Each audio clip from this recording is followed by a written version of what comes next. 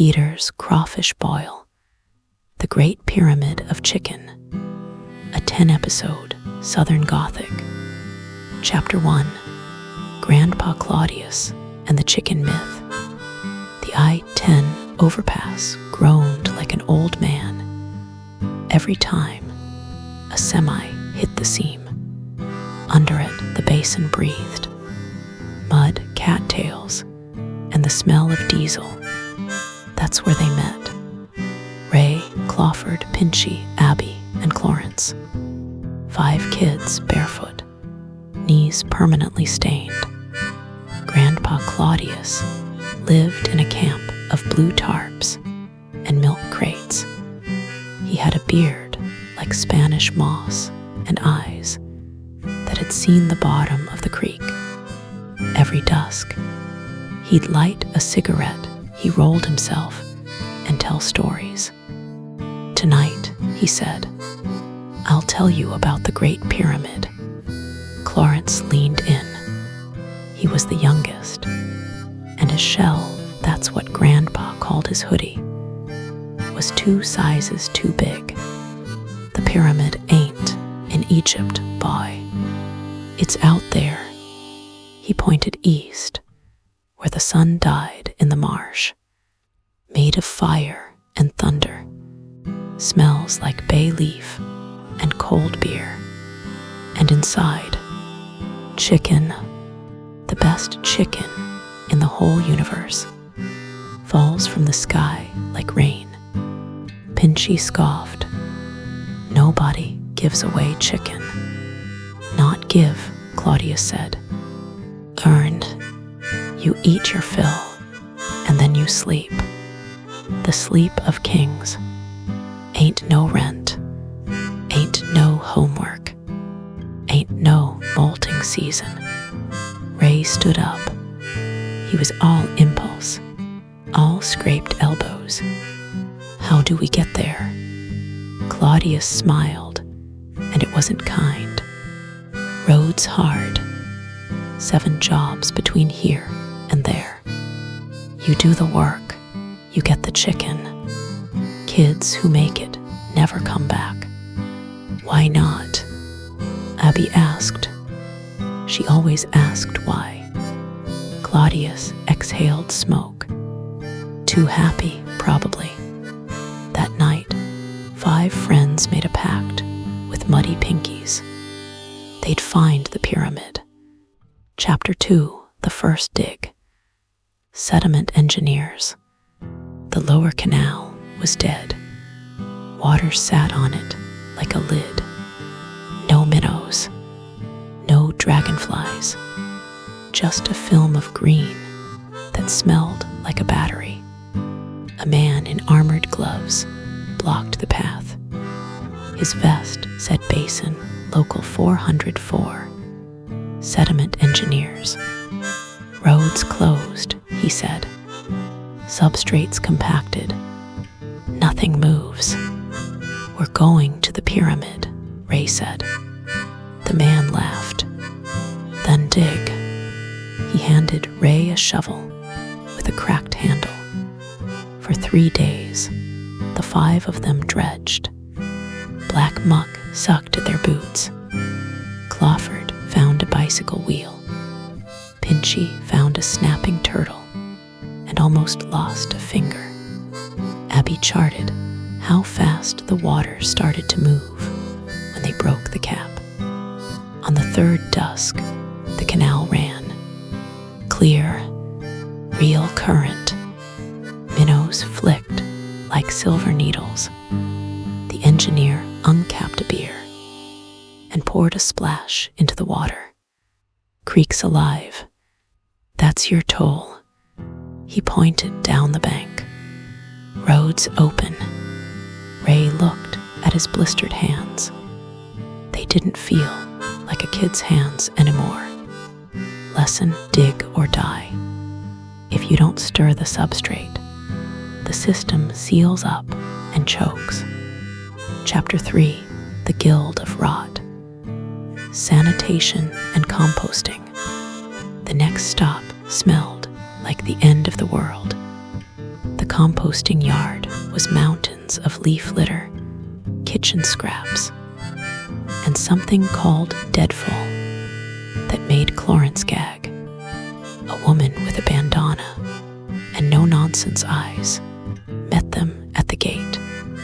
"Guild of Rot," she said. "We turn death into dirt. You want passage. You rake." Pinchy crossed her arms. "We're not garbage men. You're not anything yet," the guildmaster said. She tossed Pinchy a rake. 3 days. If the windrows get turned, you walk. They worked, turned piles that steamed in the cool morning, learned that coffee grounds ran hot, that fish bones disappeared in a week, that the whole basin ate because of this place.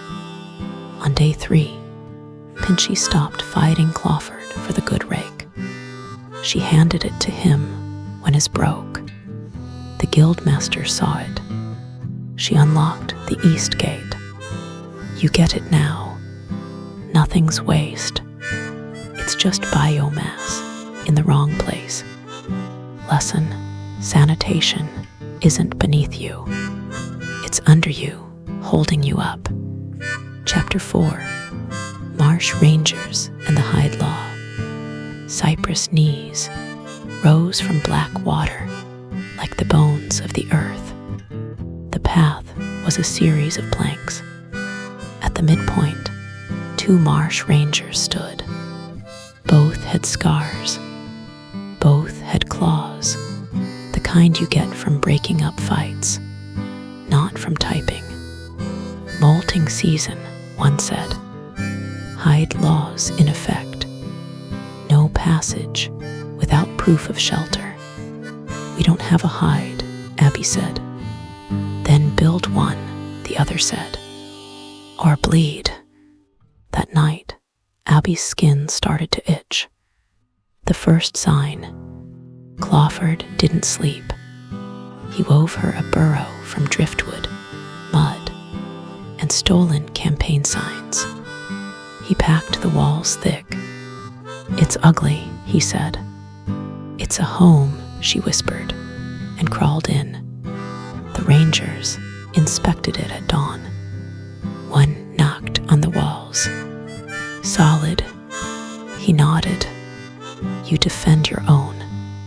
That's the law." They lifted the chain from the planks.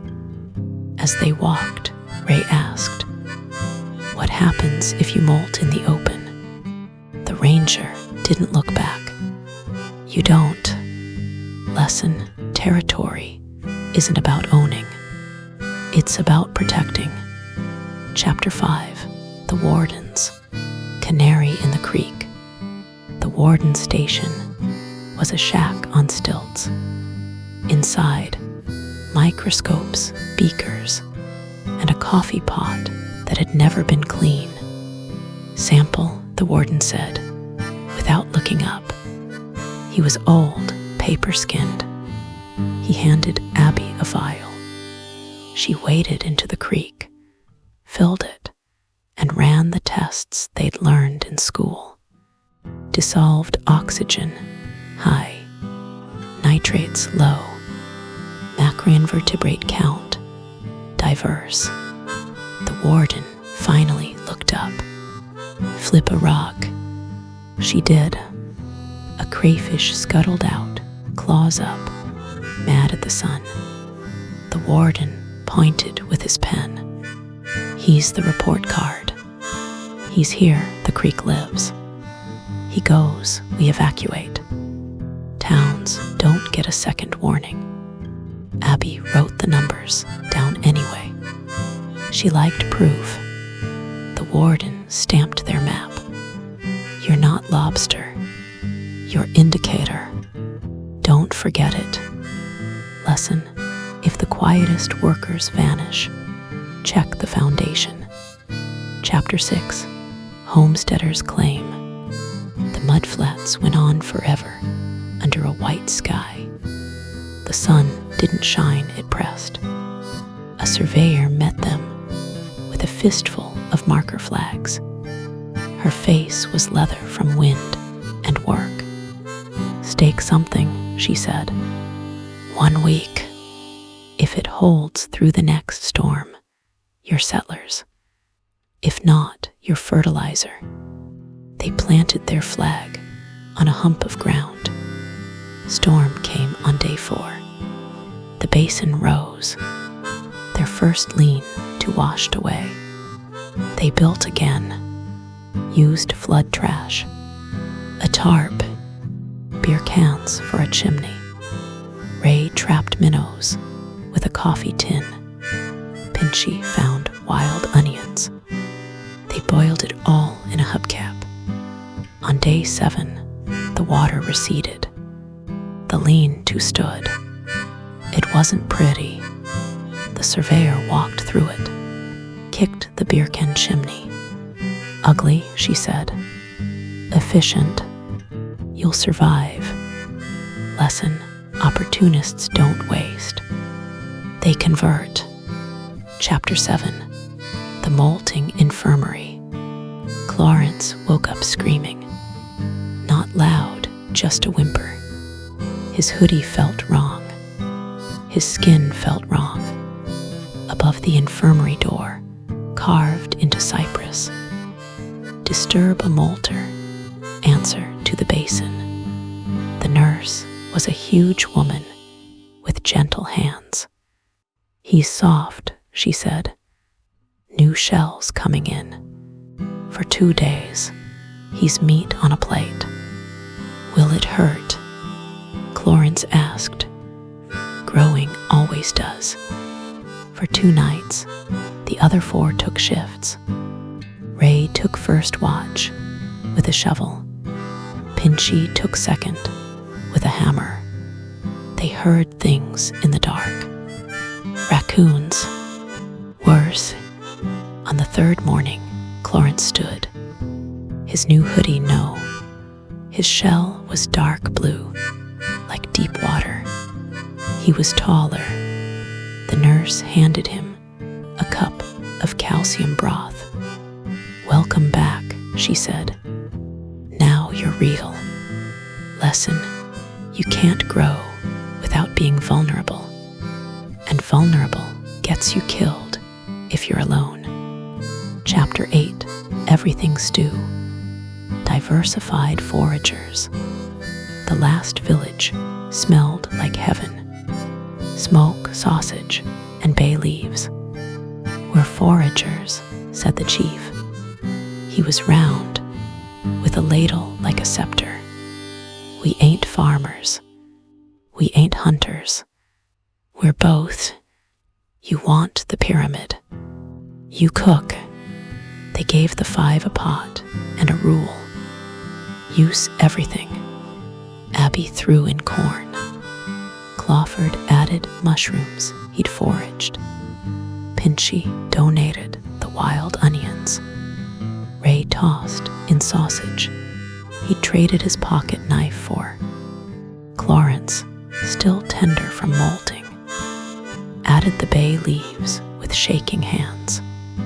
They boiled it, stirred it, and ate it together with the whole village. The chief licked his spoon and pointed his ladle at them. "You taste like the basin now. You process everything. You are everything. You're ready." He pointed east. "1 more day. Lesson: your job isn't to take. It's to transform."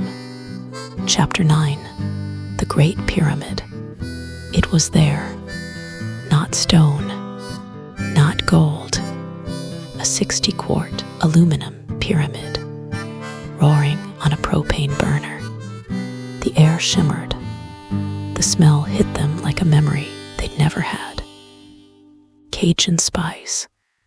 Cold beer hitting hot metal, lemon, garlic, and yes, chicken.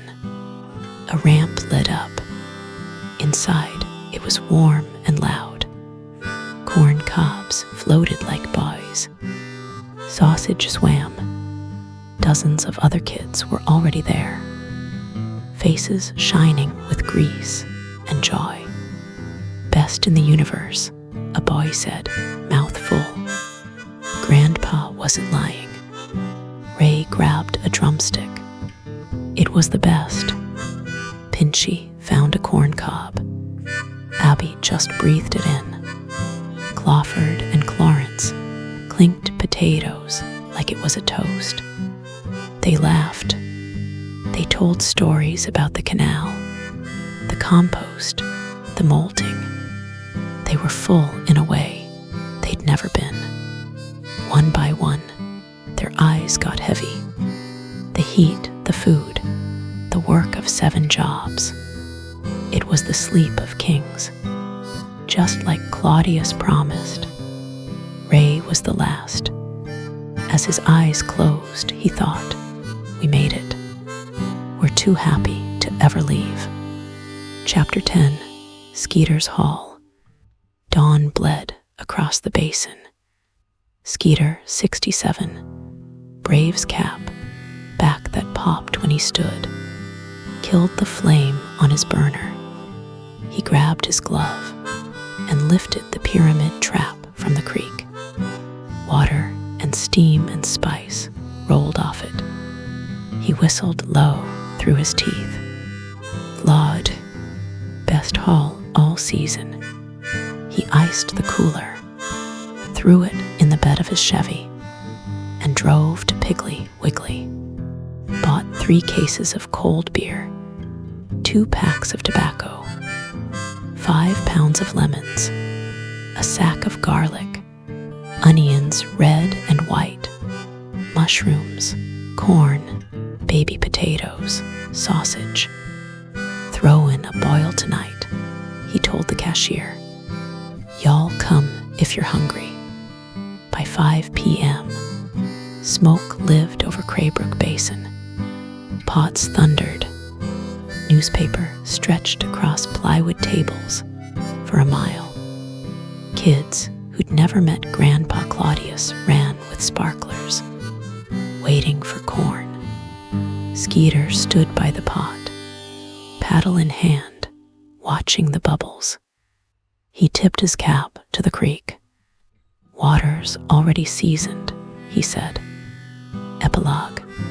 Skeeter's crawfish boil recipe, as told by Skeeter, while the propane hisses.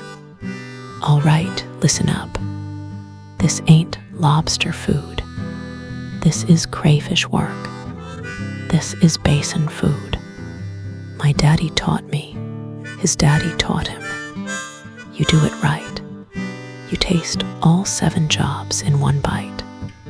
For 25-30 pounds, live crawfish feeds 10-12 basin rats. 1. Purge M. Cooler. Live crawfish. Cover with cold water. Toss in half-box salt. Stir 3 minutes. They'll spit the mud. Drain. Rinse with fresh water till it runs clear. If the tail's straight and limp, he's dead, toss him. Keep M on ice, not drowning. 2. Build the boil. 80 quarts pot. 4 gallons water plus 2 cold beers. Fire it. Dump in 5 ounces Cajun spice, ½ cup salt, 2 tablespoon paprika, 1-2 tablespoon cayenne, 1 tablespoon each black pepper, garlic powder, onion powder, 10 bay leaves, 4 lemons halved, 2 heads garlic halved, 4 onions quartered, few dashes Tabasco. Boil 5 minutes. 3. Vegetables. 5 pounds baby potatoes. 10 minutes. Then add 3 pounds sausage cut up, 12 corn cobs, 2 cans corn kernels, pierced 4 times on top with a church key, 1 pound's button mushrooms, carrots if you want, Boil 8 minutes. 4. The hull. Add crawfish. Stir. Get back to rolling boil. 5 minutes only till bright red. Kill the fire. 5. The shock. Most important step. Dump 15 pounds of ice straight in the pot. Shock stops the cook and makes M soak. They cool down. They suck that seasoned water into the meat. Let M soak 15-25 minutes. Taste at 15. Want more fire? Let M sit. 6. Reheat and serve. Kick the flame 1 minute to get M steamy hot. Strain. Dump on the table. Hit it with more Cajun dust. Skeeter's rules. Pierced corn cans let the spirit in. Old trick. No soak equals no taste. You boil to cook. You soak to season. Beers for the pot and your hand. Tobaccos for the porch after. Don't put tobacco in food. That ain't seasoning. That's poison. Remember, you dig, you rot, you guard, you test, you claim. You molt, you transform. Then you feast. Then you sleep. Now y'all eat.